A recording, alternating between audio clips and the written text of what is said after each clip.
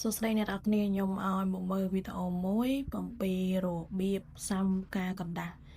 អញ្ចឹងពួកយើងដឹងហើយថាផ្កាកណ្ដាស់គឺជាផ្កាមួយយ៉ាងដែលមានសោភ័ណភាពស្អាតវាមានផ្កាដែលច្រើនកញ្ចុំ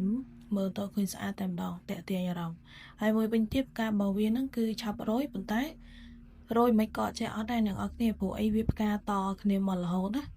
ចឹងថ្ងៃនេះយើងនឹងមកមើលវីដេអូមួយដែលបង្ហាញពីការផ្សំផ្កាក្រដាសចំផ្កាក្រដាសនេះគឺបើសិនជាអ្នកនរគ្នាដាំនៅតាមសួនវាលេចធ្លោខ្លាំងវាស្អាតហើយផ្កាក្រដាសនេះទៀតមានច្រើនពណ៌យើងអាចផ្សំវាចូលគ្នាក៏បានផ្សំវាតែមួយពណ៌ដើម្បីដាំលម្អក៏បានអញ្ចឹងក្រោយពីយើងកាត់ផ្កាក្រដាសពីដើមធំមកហើយគឺយើងចាប់ផ្ដើមរៀបចំដីប៉ុន្តែអ្នកនរគ្នាត្រូវរៀបចំដីនេះត្រូវវាយដីឲ្យម៉ត់ណាជាមួយនឹងកាមហ្នឹងយើងដាក់កាមដុតហើយក៏បានកាមស្រស់ក៏បានតែយើងកិនស្រូវរួចណាហើយយើងអាចលាយជីបន្ថែមនៅក្នុងនឹងដូចជាអាចមាន់អាចគួយក៏បានដែរអញ្ចឹង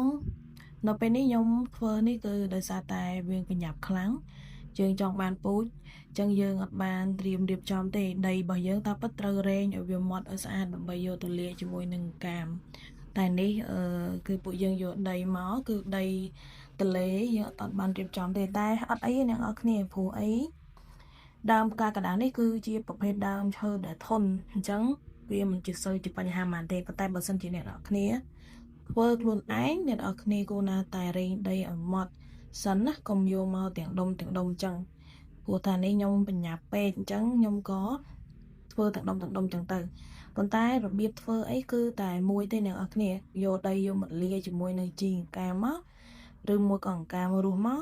ហើយអត្ថប្រយោជន៍របស់អង្កាមគឺវាធ្វើឲ្យដីធូរបើសិនជាអ្នកនរគ្នាយកអង្កាមរស់មកអត់ធ្វើឲ្យដីតឹងទេ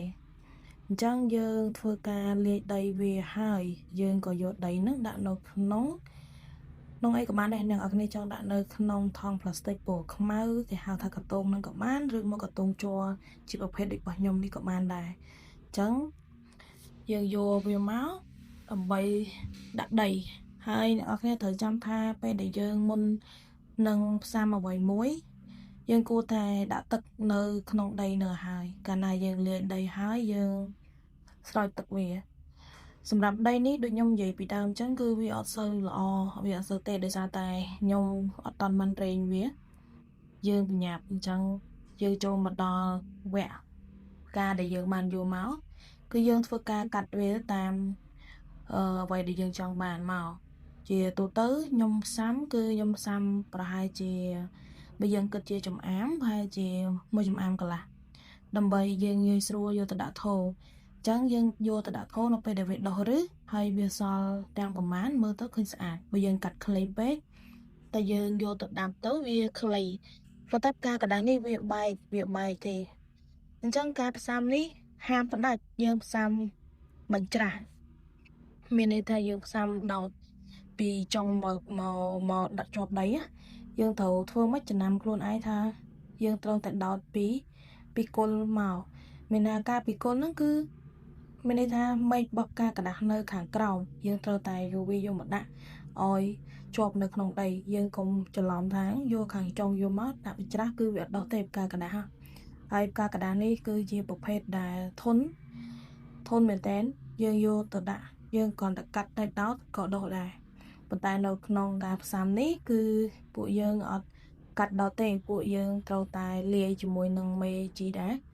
មានន័យថាអាចនិយាយបានថាវាជាប្រភេទថ្នាំបដោះឬចឹងក្រោយពីយើងបានកាត់វាហើយបើស្លឹកដែលយើងអត់ចង់បានចេញហើយយើងក៏មកតម្រឹមវារួចហើយគឺយើងត្រាំវានៅក្នុងមេជីដើម្បីឲ្យការកណ្ដាលរបស់យើងហ្នឹងវាស្រូបយកជាតិដើម្បីទៅឲ្យវាឆាប់ដុះលូតលាស់អញ្ចឹងទឹកនេះគឺមេជីដែលខ្ញុំបានចាក់មេជីចូលទឹកនេះប្រហែលជាចំណុះប្រហែលជា2លីត្រព្រោះខ្ញុំដាក់នៅក្នុងធុងអញ្ចឹងយើងអាចមើលចំនួនលីត្រឃើញចាក់ស្ដែងទេអញ្ចឹង2លីត្រខ្ញុំដាក់1គម្រប2គម្របព្រោះខ្ញុំចង់បានមេជីនោះឲ្យច្រើនដើម្បីឲ្យមេពូជរបស់ខ្ញុំហ្នឹងគឺវាស្រូបបានច្រើនអញ្ចឹង ពេលដែលយើងបានត្រាំវាហើយអ្នកនរគ្នាត្រាំវាប្រហែលជា15នាទីទៅការកដាស់ណា15នាទីទៅ20នាទីទៅរួចហើយយើងយកមកដោតកតងដីនេះគឺខ្មៅគឺដោយសារតែខ្ញុំបានស្រោចទឹកវាហើយមុននឹងខ្ញុំដោតកូនរបស់ផ្កាកដាស់ដោតមែករបស់ផ្កាកដាស់យើងហើយអ្នកនរគ្នាផ្កាកដាស់របស់យើងកុំចោលមែកវាប៉ុន្មានក៏ដោយក៏វាអាចដុះបានដែរបើយើងធ្វើតាមវិធីរបស់ខ្ញុំគឺវាដុះ 100% ដោយសារតែផ្កាកដាស់នេះជាប្រភេទដែលស្រួលដាំអញ្ចឹងយើងអាចដោតវាទៅហើយយើងអាចយកវាទៅដាក់នៅក្នុងផើងគឺចេញផ្កាស្អាតមែនតើហើយបើសិនជាអ្នកនរគ្នាចង់បានមិចពណ៌ផ្កាកដាស់ដែលយើងបដើម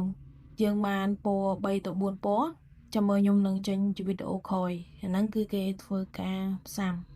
មានន័យថាគេកាត់មែកផ្កាកដាស់ពណ៌ផ្សេងគ្នាហ្នឹងយកដាក់នៅលើដើមរបស់ផ្កាកដាស់តែមួយ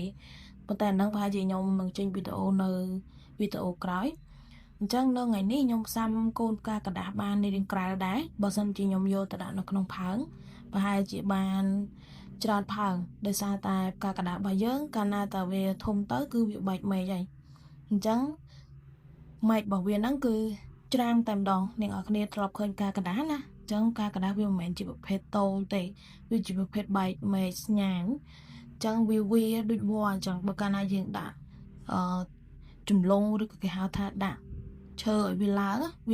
តាមអញ្ចឹងប្រភេទផ្កាកដាស់នេះខ្ញុំរីកមិនឲ្យអ្នកទាំងអស់គ្នាគួរតែមានវាដាក់តាមសួនច្បារនៅតាមផ្ទះរបស់ពួកយើងព្រោះថាវាស្អាតហើយផ្ការបស់វាគឺអត់នេះទេអត់ចេះអស់ទេគឺការរហូតតែម្ដងលើកលែងតែខែរដូវភ្លៀងទេវាអត់សូវមានផ្កាដោយសារតែទឹកភ្លៀងធ្វើឲ្យបណ្ដុំនៃកេសររបស់វាហ្នឹងវាអត់សូវចេញផ្ការួចពីព្រោះវាភ្លៀងតែបើសិនជាខែប្រាំងវិញអំឡុងខែ1ខែ2ខែ3ខែ4អីអ្នកនរគ្នាមើលពេញហើយភាគច្រើនគេដាំនៅតាមផ្លូវដោយសារអីដោយសារវាធន់នឹងការថែទាំហើយមួយទៀតគឺវាចេញផ្កាហ្មងវាចេញផ្កាស្អាតតែម្ដងហើយផ្កាក្រដាស់នេះដែរក៏ពេញនិយមដែរនៅក្នុងប្រទេសយើងដូច្នេះហើយពួកយើងគួរតែមានវាដើម្បីដាំលម្អនៅតាមសួនវាស្អាតមែនតើអញ្ចឹងចូលមកដល់កន្លែងនេះគឺខ្ញុំបានដោតរួចរាល់អស់ហើយការនេះរងចាំថ្ងៃដែលវាអាចដុះឫសហើយយកទៅដាំនៅតាមផើង